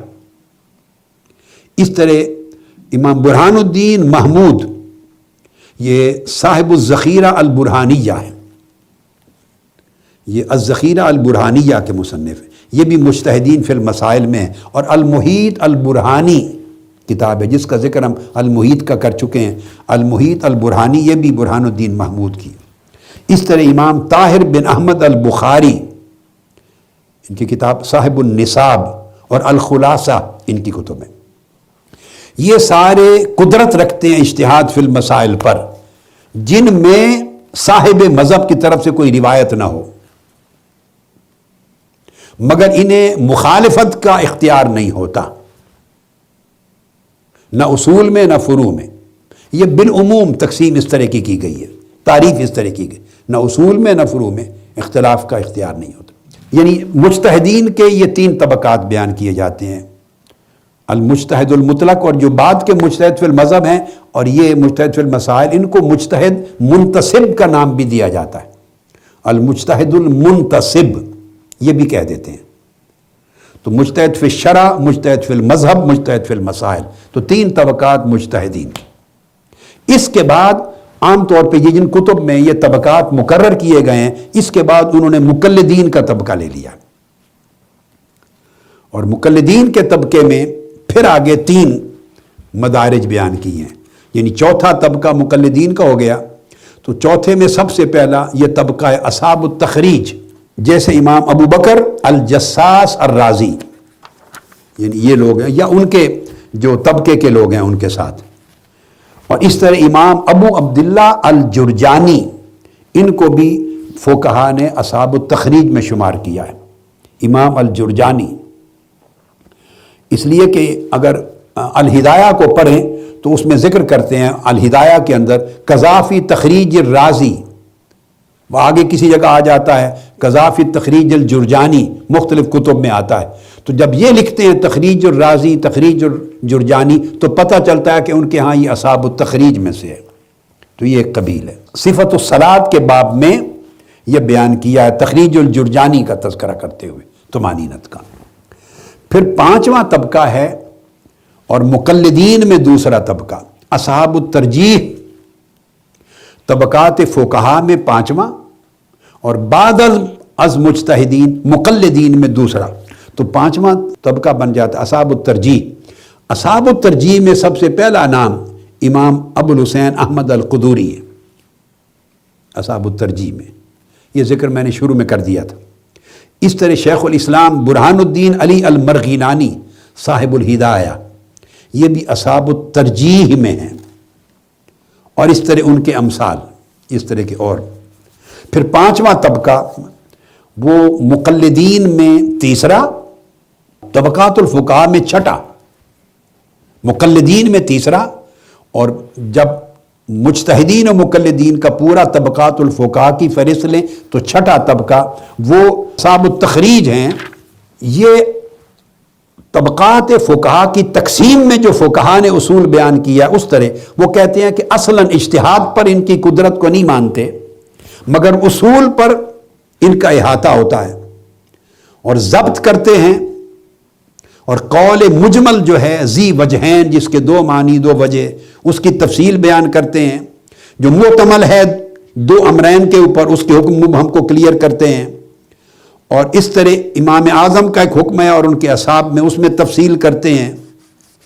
تخریج ہے اس میں اپنی نظر تحقیق اور اجتہاد سے اصول میں اپنی رائے بیان کرتے ہیں اور اپنے قیاس کے ذریعے امثال بیان کرتے ہیں اور فروع میں مزید نظائر بیان کرتے ہیں. ان نظائر کا آگے اطلاق کرتے ہیں مزید تطبیق کرتے ہیں جس سے مزید مسائل اخذ ہوتے ہیں تخریج ہوتی ہے. یہ اصحاب التخریج ہے. اور جو ترجیح ہیں ان کا طریقہ یہ ہے کہ ایک مسئلے پر مختلف روایات اگر موجود ہیں مختلف اور احکام موجود ہیں تو ان میں کون سی افضل ہے ترجیح کس کو دینی ہے دوسرے پر کس وجہ سے دینی ہے تو ترجیح دیتے ہیں ایک قول کو دوسرے پر کسی وجہ دلیل کے حساب سے اور کہتے ہیں ھذا اولا یہ بہتر ہے ھذا اصح روایتاً یہ اصح ہے ھذا اودح ھذا اوفق للقیاس ھذا ارفق بالناس یہ قیاس کے زیادہ قریب ہے موافق ہے یہ لوگوں کی سہولت اور آسانی کے لیے زیادہ ارفق ہے یہ اوسع ہے زیادہ وسیع ہے. تو اس طرح کر کے وہ ترجیح دیتے ہیں کسی علت سبب اور دلیل کی وجہ سے. اور جو چھٹا طبقہ اصحاب التمییز کا ہے یہ فرق کرتے ہیں تمییز سے مراد امتیاز کرتے ہیں کون سی روایت اقوی ہے کون سی قوی ہے اور کون سی ضعیف ہے. مختلف روایات آئی ہیں ان روایات سے مسائل بیان ہوئے ہیں ان سے احکام مستنبط ہوئے ہیں.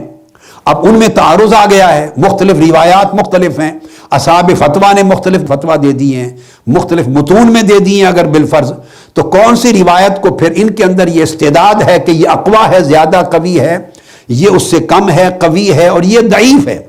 اور ضعیف اور قوی میں امتیاز کرتے ہیں یہ قوی دونوں سمتیں قوی ہیں مگر قوی اور اقوی میں کہ رجحان دلائل کی قوت زیادہ کدھر ہے اس میں یعنی ارجح اور راجح میں فرق کریں گے اقوی اور قوی میں فرق کریں گے اثبت اور ثابت میں فرق کریں گے یہ زیادہ دلائل سے ثابت ہے اور یہ ثابت اور صحیح اور اصح میں فرق کریں گے صحیح اور اصح اس میں فرق کریں گے. تو الغرض مختلف روایات نادرہ جیسے آتی ہیں تو اس میں یہ امتیاز کرتے ہیں جس کی وجہ سے اصحاب التمییز ہیں. اس میں شمس الائمہ کردری ہیں شمس الائمہ محمد الکردری یہ بھی ہیں. امام جمال الدین الحصیری یہ بھی اسی طبقے میں اصحاب التمییز میں. امام حافظ الدین ابو البرکات النصفی جو کنز الدقائق کے مصنف ہیں صاحب الکنز النصفی وہ بھی اسی اصحاب التمییز میں لکھا جاتا ہے. اور اس طرح کے اور آپ کے امثال جو متاخرین میں اصحاب المتون ہیں اصحاب متون جیسے صاحب المختار امام الموصلی جو المختار اور اختیار کے مصنف ہیں وہ بھی اصحاب التمییز میں سے ہیں. صاحب الوقایہ جو صدر الشریعہ یا تاج الشریعہ یا برہان الشریعہ دونوں ٹائٹل ہیں جن کی الوقایہ ہے مختصر الہدایہ ان کو بھی اصحاب التمییز میں لیتے ہیں. اس طرح صاحب المجمع جن کا ذکر ہم کر چکے ہیں تو یہ سارے جو صاحب المجمع ہیں یہ امام احمد بن علی الساعاتی البعلبکی البغدادی المجمع مجمع البحرین احمد بن علی الساعاتی تو ان کو ابن الساعاتی لکھا جاتا ہے عام طور پر البعلبکی البغدادی کنیت ان کی مظفر الدین ہے. تو یہ سارے اصحاب التمییز میں شمال ہوتے ہیں.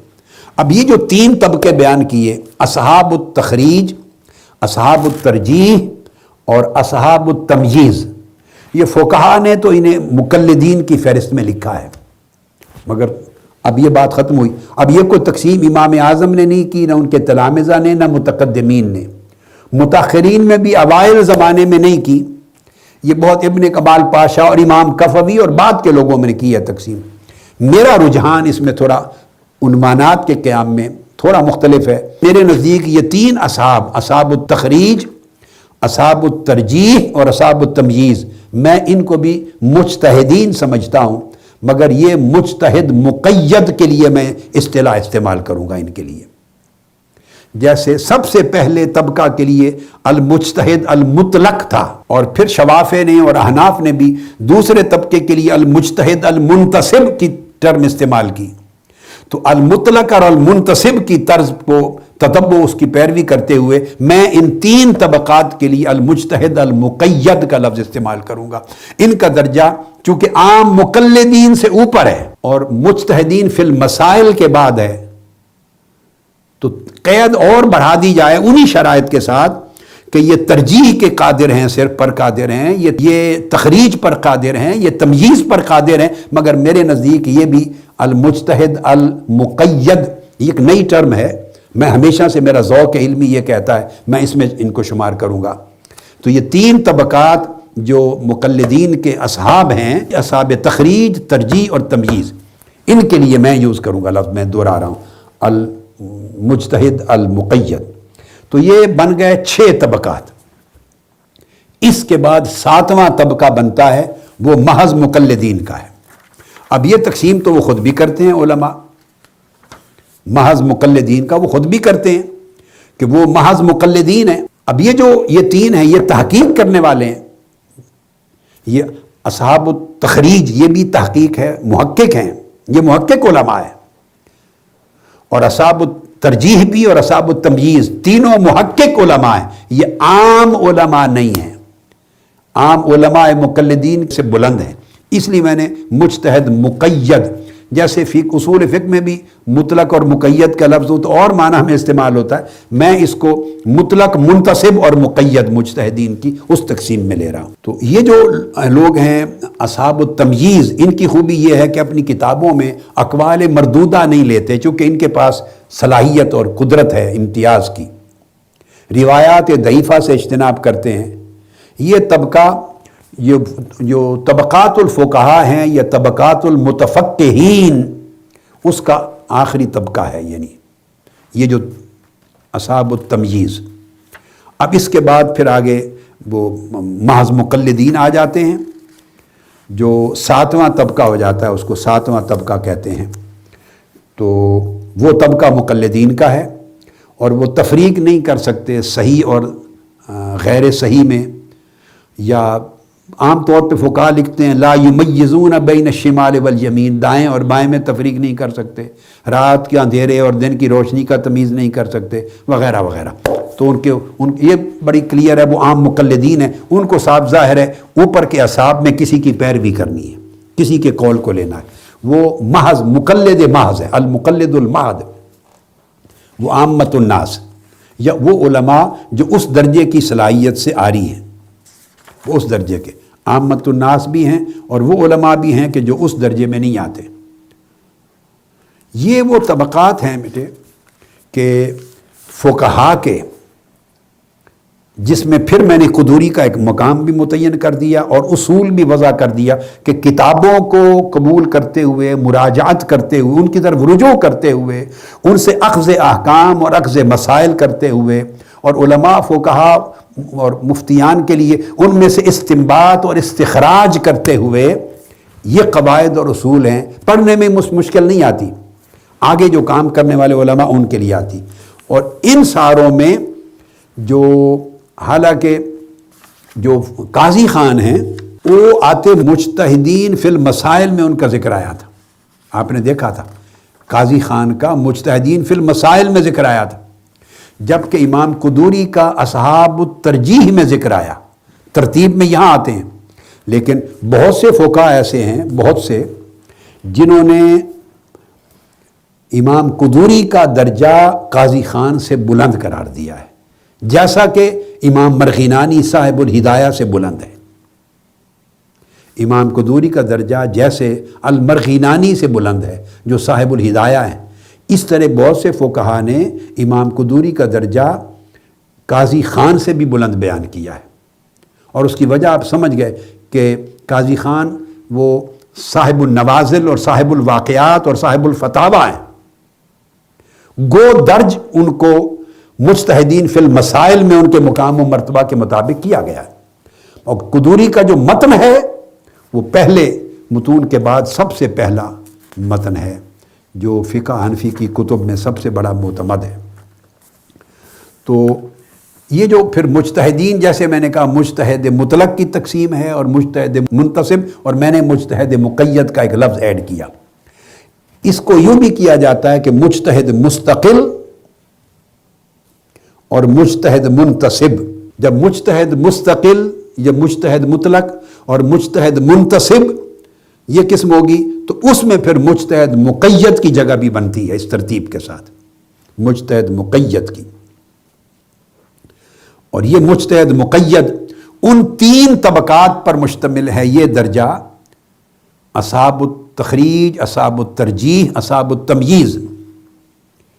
اس لیے ان کو مجتہد مقید کہہ رہا ہوں کہ یہ عالم ہوتے ہیں اصول کے، یہ تینوں طبقات، یہ اصول پر عالم ہیں اور ادلۃ الاحکام کو تفصیلاً جانتے ہیں، ادلۃ الاحکام کو، تبھی تو وہ تخریج کرتے ہیں، تبھی وہ ترجیح دیتے ہیں، تبھی وہ تمییز کے قابل ہوتے ہیں، اس تفصیل کے ساتھ جو پہلے بیان کر چکا ہوں۔ تو یعنی ادلہ جو ہیں احکام کے ان سے بھی واقف ہوتے ہیں، اصول سے واقف ہوتے ہیں، یعنی فقہ اور اس کے اصول سے آگاہ ہیں، ادلۃ الاحکام سے آگاہ ہیں، اور پھر یہ قیاس کے جو طرق ہیں ان سے آگاہ ہیں، معانی سے آگاہ ہیں، ان کے اطلاق اور انطباق سے آگاہ ہیں، مختلف وجوہ اور احتمالات میں سے اس کی ترجیحات کے اصول پر آگاہ ہیں، اور جو قواعد تخریج اور استنباط ہیں ان سے آگاہ ہیں، غیر منصوص کے لیے منصوص سے اخذ کر کے قیاس کرتے ہیں، غیر منصوص کے لیے منصوص میں سے قیاس کرتے ہیں، اپنے امام کے اصول اور ان کے اجتہاد کے طریق سے آگاہ ہیں۔ صرف بعض خوبیاں جو مجتہد مستقل یا مجتہد مطلق یا مجتہد منتصب یا مجتہد فی المذہب یا مجتہد فی المسائل، بعض اضافی خوبیاں جو ان میں تھی وہ ان میں نہیں ہوتی، اور بقایا بہت سی خوبیاں ان میں ہوتی ہیں۔ یہ بڑا اہم بات ہے، کچھ خوبیاں ان میں نہیں ہوتی، کچھ استعدادات، کچھ صلاحیتیں، کچھ قدرتیں ان میں نہیں ہوتی، اصول اور فروع کے حوالے سے، ادلہ کے حوالے سے، جن کا ذکر ہم اوپر کر چکے ہیں، مگر بہت سی ان میں ہوتی ہیں۔ اس تھوڑی سی خوبیوں کے فقدان کی وجہ سے انہیں محض مقلدین میں شامل کرنا، میرا اپنا ذاتی خیال ہے کہ اس کو اس ترتیب میں لانا زیادہ بہتر ہوگا۔ اور وہ لوگ جو کسی اعتبار سے بھی فقیہ کے درجے پر باقی فقہا آ جاتے ہیں، یعنی اور یہ امام کے مذہب کے حافظ بھی ہوتے ہیں، تو اس لیے یہ جو میں نے آپ کو بتایا یہ چیز یعنی سمجھ میں آتی ہے کہ اس کو، یہ طبقے کو اس طرح یہ عنوان دیا جائے۔ پھر انہوں نے مذہب کو نقل بھی کیا ہے، اور اس کی مشکلات جہاں آئی ہیں عبارتوں کے اس کا فہم بھی ہے ان کو، اور حل مشکلات بھی کیا ہے۔ ٹھیک ہے، کہیں ضعاف چیزیں آئی ہیں، کہیں ضعف ہے، کہیں صحت ہے، قیاس میں استنباط کیا ہے، کہیں صحیح ہے، کہیں غلط ہے، تو یہ پھر اس وجہ سے ان کو ہم نے نہ مطلق میں رکھا نہ منتصب میں، مگر ان کو مقید کے طور پہ مجتہدین کا درجہ دیا۔ اس کے بعد پھر مقلدین آ جاتے ہیں، وہ عامۃ العلماء جو کسی قول کے یا کسی کے پیروی کرتے ہیں۔ وما علینا الا البلاغ، والسلام علیکم ورحمۃ اللہ وبرکاتہ۔